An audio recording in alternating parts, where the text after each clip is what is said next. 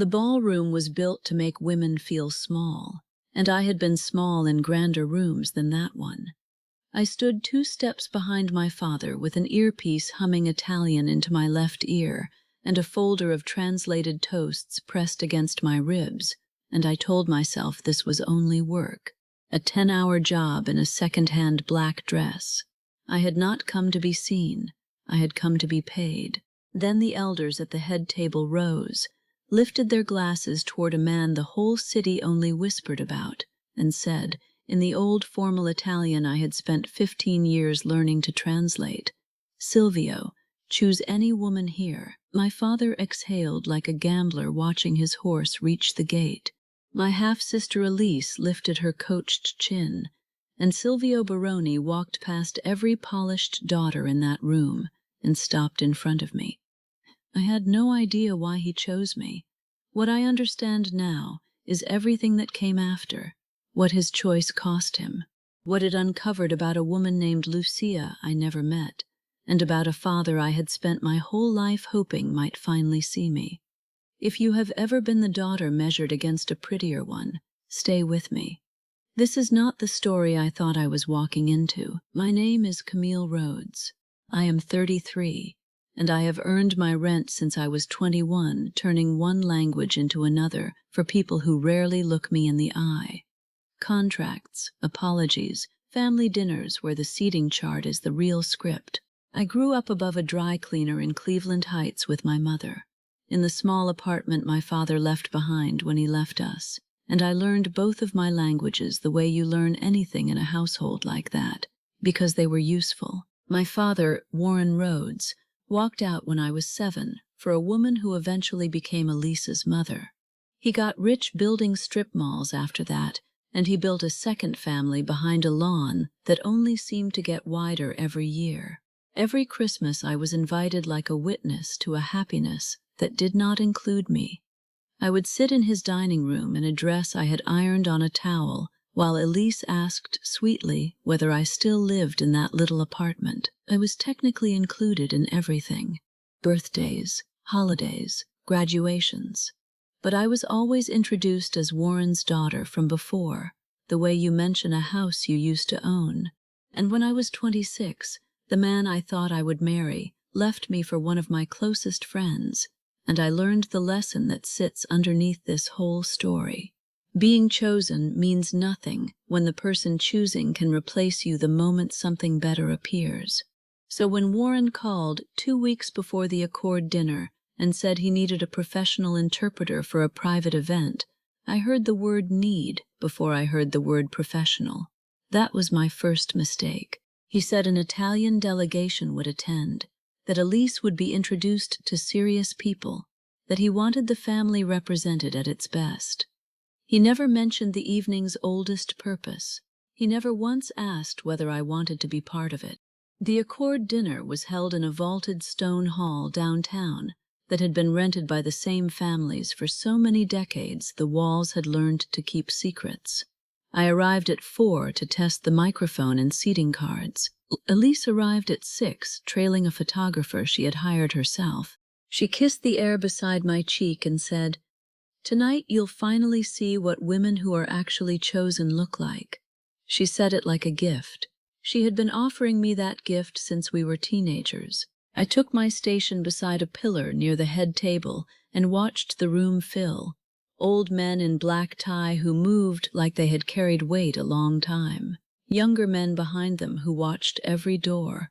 2 families I knew only from the seating chart, Salvi and Corso, each with a daughter polished like fine silver. At the center of the head table sat one empty chair wrapped in black velvet, and the whole room seemed arranged around it. My father was magnificent that night, and I mean that the way you mean a storm is magnificent. He moved between tables with the warm, practiced charm he only wore in expensive rooms, shaking hands in 2 languages. Then he leaned toward the Corso patriarch, and over my earpiece I heard him murmur in careful Italian about Elise. He said she understood what the evening meant. He said she was prepared to be gracious about whichever way things fell. He discussed his own daughter the way a man discusses a car he will sell for the right offer, and he did it in Italian because he believed the hired help could not follow. Something small and old and worn thin in me finally split. I did not raise my voice. I did not turn my head. I said, low and almost to myself, "Women aren't table seats you trade to keep men comfortable." My father did not hear me, but a man standing 6 feet from my pillar did. He had entered through the service door, the way powerful men enter rooms, and I had not known he was there. Tall the way a wall is tall, dressed in black without a single glint on him, a face cut from the same quarry as the hall. He was looking at me, and what crossed his face was not amusement or offense. It was recognition. It lasted less than 3 seconds. Then his eyes moved past me as if I had never spoken, and he crossed the room to take the seat wrapped in black velvet, and the dinner began. I translated toasts for an hour with a steady voice and an unsteady pulse, and I did not look at him once. I could feel him not looking at me, which is a different and more unsettling thing entirely. Before we go further, one honest word. If you have ever been the invisible sister, the extra daughter, the one hired to make another one shine, you already know how this night should have ended for me, quietly, with a check and a cab home. If this story is already doing something to your chest, tap like and stay with me, because the room did not stay quiet. It did not stay quiet at all. When the last toast faded, Enzo Valenti stood, 67, silver-haired, the Accord's senior councilman, a man who did not smile at sentiment. He spoke in the old formal Italian first, then in English for the room. "Silvio, the Salvi family has brought their daughter. The Corso family has brought theirs. The Accord has waited long enough. Before the concessions are signed tonight, choose any woman here and open the evening with her." The room stopped breathing. Giada Salvi rose in cream silk. Isabella Corso rose in diamonds older than the building. My father half stood to present Elise, because he had arranged, I understood only then, for her to be counted among the candidates as a courtesy to the American side. 3 women, 3 families, 3 futures already priced. And Silvio Baroni stood, and he did not look at any of them. He turned toward my pillar, crossed the floor in 12 slow, deliberate steps, and stopped in front of me in my 2-season-old dress with my folder still pressed to my ribs. He did not touch me. He did not smile. He said, quietly enough that only the 2 of us could hear, "The opening dance, if you'll allow it. I choose you." Behind him, 300 people forgot how to move. I want you to understand what that room felt like. The elders at the head table sat frozen. My father's face went the color of old paper. Elise made a small sound I would think about for weeks afterward. Not jealousy exactly, more like the sound of a child handed an empty box. Giada Salvi sat back down slowly. Isabella Corso did not sit at all. She lifted her glass and drank, watching him over the rim like a woman noting a debt. I want to be clear about what I did next, because I am telling this from the other side of it, and I will not soften it. I refused him. I looked up at that quarry face and said, "I am not one of your candidates. I am the interpreter. Whatever you think you are doing here, please do not do it with me." He nodded once, small and formal, as if I had said something he had already accepted before I said it. Then he said, "One dance. You can leave the moment it ends.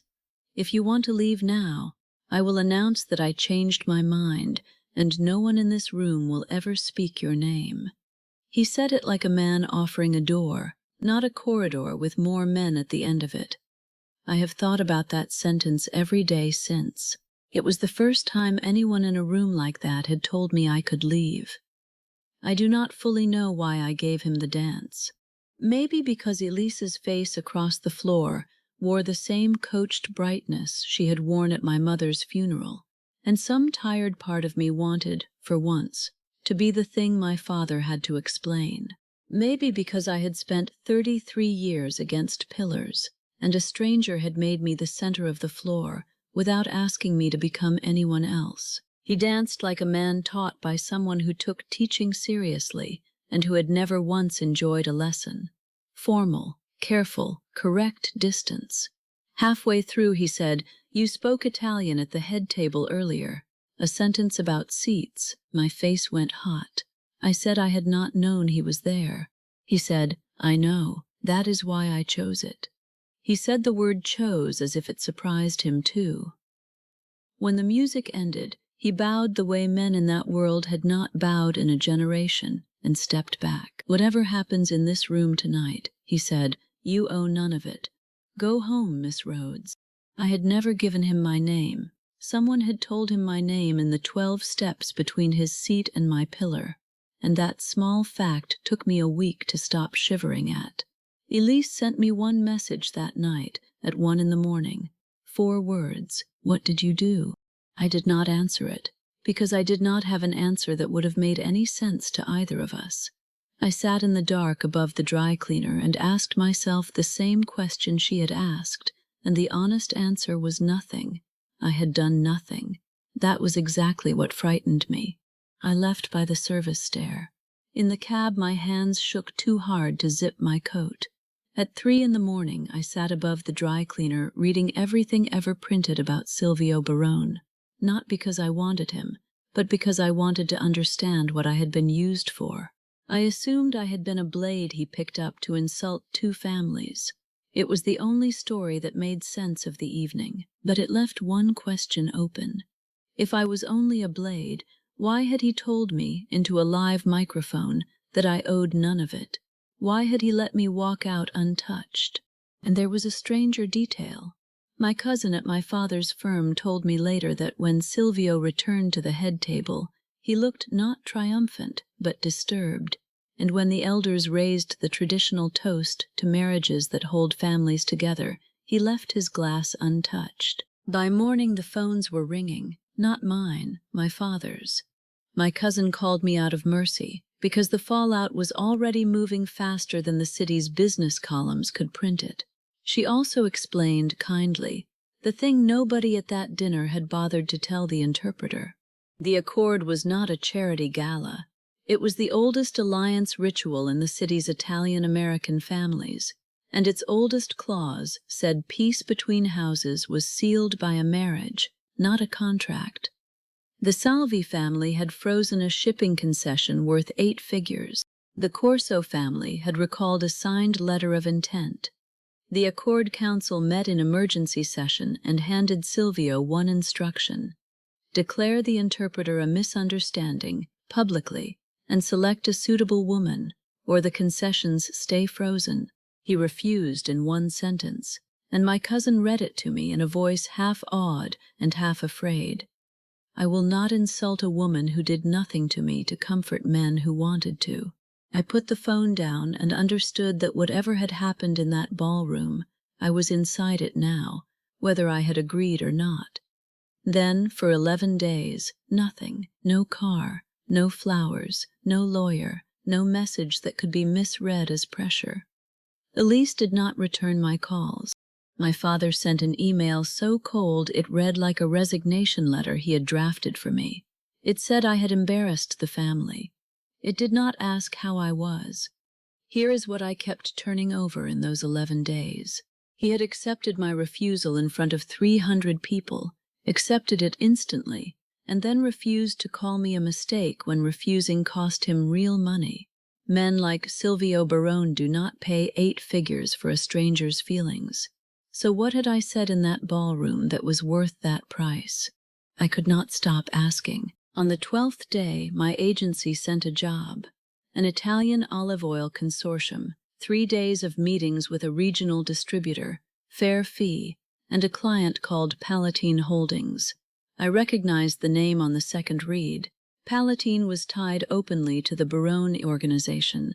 I sat with that email for 4 hours before I understood 2 things at once, and both of them mattered. First, he had not engineered it. My agency rotated assignments, and I was the only interpreter on their books who could translate olive acidity levels without embarrassing anyone. Second, if I refused legitimate work because a man had made one choice in one room, I would be doing to myself what my father did to my mother, shrinking until I disappeared. I took the job. It was the first consequential decision of this story that was entirely mine. He was at the second meeting, 2 seats back along the wall, in a plain dark suit, listening. He did not greet me or acknowledge me, but when a junior American executive talked over me in the middle of a delicate concession from the eldest Italian, Silvio raised one hand an inch above the table and said, "Let her finish." That was all. The executive went scarlet. The old Italian inclined his head to me like a man deciding to respect someone on the spot. Signor Ricci, the 80-year-old head of the consortium, told me on the last day that I translated like someone who had spent her whole life listening for what people meant instead of what they said. He meant it as a compliment, and I took it as one. But driving home I understood it was also the diagnosis of my entire childhood. I had learned to listen that way because no one had ever listened to me. A week later, at a follow-up meeting, Silvio asked my professional opinion about a phrasing in a contract clause, and he waited while I compared the Italian and English versions line by line. He was the first client in 15 years who treated the translation itself as something that mattered, not as furniture in the room. I noticed I was standing straighter in those meetings. I noticed, and I did not like how much I noticed. Over 3 weeks I interpreted for the consortium, then a foundation dinner, then a delegation reception. Neither of us arranged the overlap. At the foundation dinner I watched him give 45 full minutes to a retired dock worker named Kowalski, a man everyone else had stepped around. Silvio remembered his name, his late wife's name, and the pension a Baroni company had failed to pay in 1987. He let the old man finish every story, even the ones the younger executives had clearly heard before. Mr. Kowalski admitted the pension had never been made whole. Silvio wrote something on the back of a menu card and passed it to Enzo. I understood from Enzo's face that the debt would be settled by Friday, and no one would ever be told who paid it. And at the delegation reception, when an event organizer tried to blame the underpaid serving staff for his own missing invoice, Silvio quietly paid the staff himself and made the organizer apologize to them by name. He corrected no one loudly. He demanded no gratitude. He simply noticed people the rest of the room had agreed not to see, and I felt something in me begin to lean toward him, against my own better judgment. Once, in a corridor, he told me plainly that he had never met me before the Accord dinner, as if he had read the question forming in my head. "There is no history," he said. "You owe me nothing for an old debt. There is no old debt." The last event was at the Barone estate in Hunting Valley, a property my father had spent 20 years failing to be invited into. Silvio gave brief opening remarks and withdrew so his elderly guests could speak freely. Leaving past midnight, I passed his study and saw him at a shelf, holding a framed photograph face down against his chest. He heard my steps and said, without turning, "Good night, Miss Rhodes." I kept walking, and I did not ask. But I had seen the photograph on earlier visits, stored face down behind the ledgers. A wedding portrait, his parents on marble steps in another century. Beside it sat a small locked music box, and once, waiting for a car, I glimpsed a folded slip of paper in its seam, bearing half a sentence in a woman's careful hand. "Not a chair at your table." 3 words, and my whole chest went cold. Because the sentence I had muttered at that head table, the one that made Silvio Barone cross a ballroom, had been about seats. Whatever he carried was older than me, older than the Accord, waiting in a locked box behind a photograph no one was allowed to face. I also knew by then, from the business columns, that his mother Lucia had died only 2 years earlier, and that he had changed several habits after her death. He no longer attended weddings. He no longer raised the traditional toast. Once, at the foundation dinner, an elderly guest raised that toast to marriages that hold families together, and every glass in the room went up except his. He did not refuse rudely. He simply set his hand flat on the table beside his glass and waited for the moment to pass, and his face in that moment was not cold. It was grief, wearing a calm expression. I formed the theory everyone forms: a lost love, a bitter marriage of his own. Some woman he could not forgive or could not forget. I asked him once, carefully over coffee, whether he was opposed to marriage itself. He was quiet a long time, and then he said, "My parents' marriage was not what people think.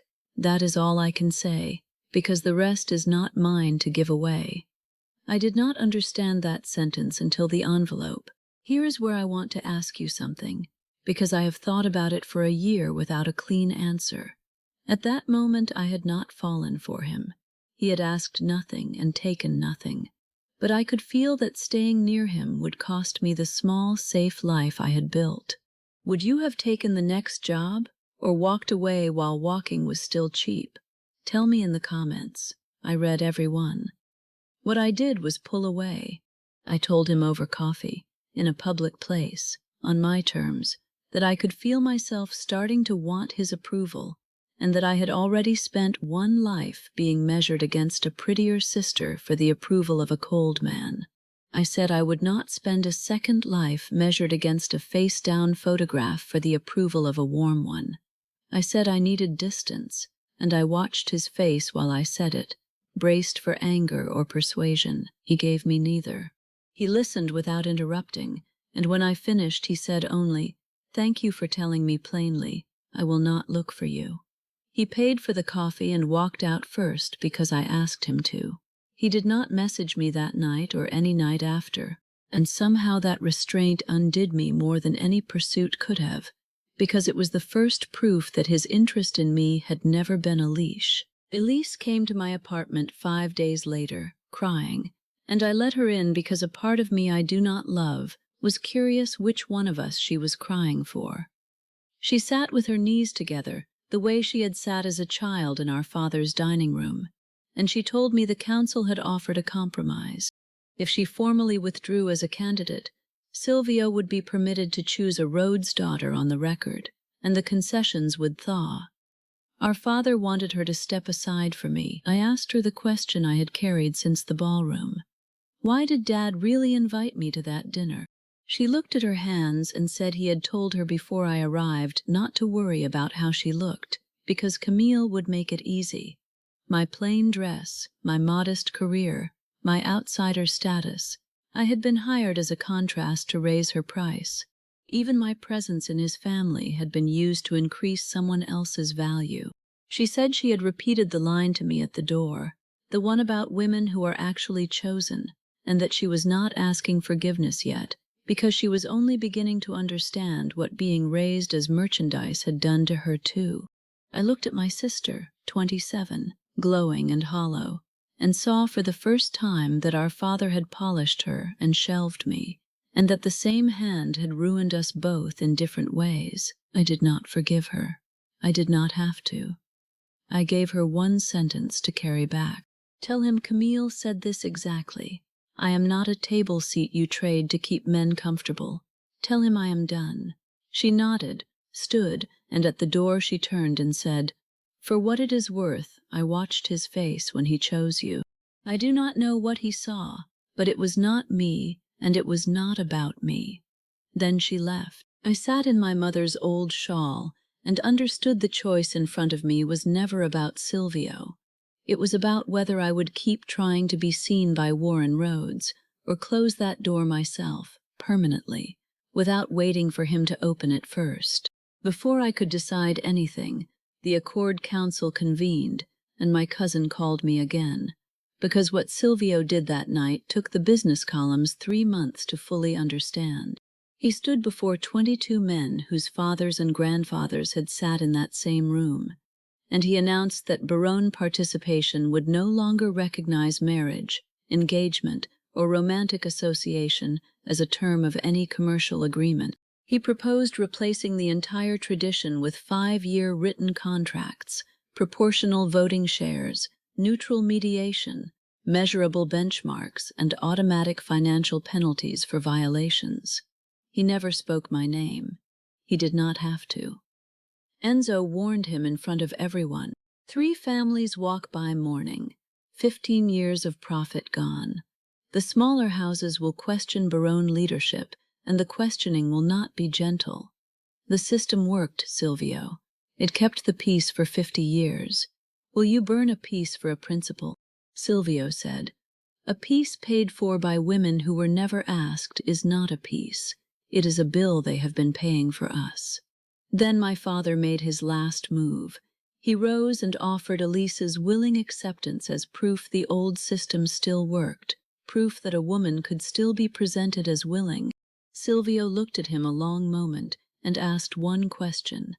Did you ask her? Not tell her. Ask her, alone, with her mother in the room and no contract on the table. Did you ask your daughter if she wanted this? Warren opened his mouth, closed it, and sat down. Elise, who had been seated with the families, did not raise her eyes, and my cousin said her silence lasted 11 seconds and felt like a year. That silence ended the marriage market in Cleveland, not the speech. 22 men watched a father unable to say his daughter had ever been asked, and every one of them understood exactly what they had been doing for 50 years. 3 families walked by mourning, exactly as Enzo promised. Silvio lost more money in one night than my father had earned in 20 years of strip malls, and he never told me, never hinted, never once asked me to notice. He paid the whole price privately so it could never be presented to me as a debt. I read it in the business columns like everyone else, between the grocery store and the dry cleaner. My father called me the day after the council, the first time in months. He did not apologize. He said I should know I had caused a great deal of damage to people who had only ever tried to include me, and then he asked whether Silvio intended to make things right with Elise. I listened to the whole message twice, and then I deleted it, and something in me went quiet and stayed quiet. If this story has meant something to you, if you have ever been priced in a room without being asked, subscribe before the ending. Not for me. For the woman whose letter I am about to read to you, because she waited decades for someone to read her out loud, and this is the closest she will ever get. I need you to hear her exact words, because they explain everything. He came to my building on a Thursday, 3 weeks after the council, and waited visibly on the sidewalk while his man rang my buzzer and said, Mr. Barone would like 5 minutes. If you say no, he leaves. I came down in my socks. He handed me an envelope, old, yellowed at the edges, 1 word on the front in a woman's careful hand. Silvio, he said, this was my mother's. Lucia died 2 years ago. I found this in a box she left for me, with instructions to give it to me only after she was gone. I have never shown it to anyone. I am giving it to you because I owe you the answer to the question you have been too proud to ask, and because I will not ask you for anything after you read it. Read it, keep it, burn it. It is yours. He turned to leave, and I stopped him, because I needed to hear it from him first. Why me? That first night. Say it before I read the letter. He was quiet a long moment, and the most controlled man in Cleveland looked almost unsure. Then he said, because you said, at a head table full of the men who did it to her, nearly the exact sentence she wrote to me in that envelope. I had carried her words privately for 2 years. Then a stranger who knew nothing about my mother said them out loud in a room that never once asked her, and I chose before I understood I had chosen. I am sorry it took me a season to find the words. It was not a small thing to admit. He nodded once, the same nod he had given me when I refused him. Then he walked back to his car and was gone. I read Lucia's letter that night, all 7 pages, sitting on the floor with my back against the kitchen cabinets. She had married at 20, arranged by the Alliance, to a man she met 3 times before the wedding. She wrote that she had loved him in the exhausted way a woman loves a man she was given no room to refuse. 30 years the staff called her Signora, and the families called her the Alliance, and no one, not once, ever asked what she wanted.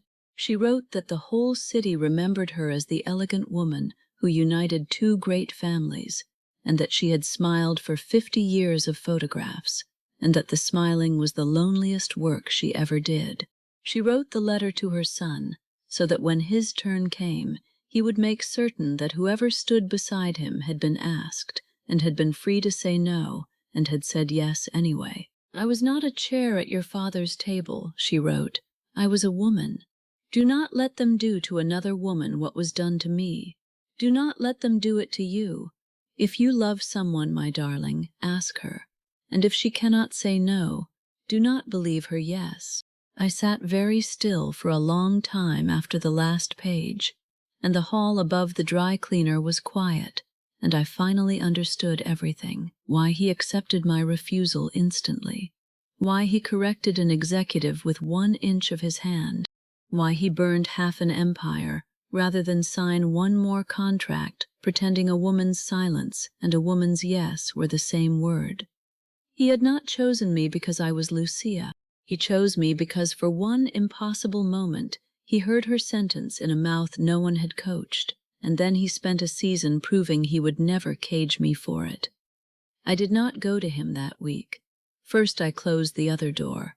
I wrote my father one short professional letter. No more work through his firm. No Thanksgiving.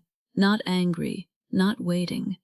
He never answered, and I discovered I did not need him to. That was the ending of a story that had run my whole life, and I wrote it myself, alone at my kitchen table, without an audience. It was the strongest thing I had ever done. Then I built. I took the Olive Oil Consortium as a direct client, then 2 more Italian houses that old Signor Ricci quietly recommended. I moved out of the apartment above the dry cleaner, not because I could afford to, though I finally could, but because staying had become a small punishment I did not owe myself. Elise and I began having lunch once a month, slowly, honestly, without our father's shadow across the table. In December, she told me she had left his firm and enrolled in a graduate program in social work, and had not told him yet. I said that was brave. She said that was easy for the older sister to say, and we laughed, both of us, for the first time in 20 years. 4 months passed. Silvio did not write or call or appear. He had said he would not look for me, and he kept his word like a vow.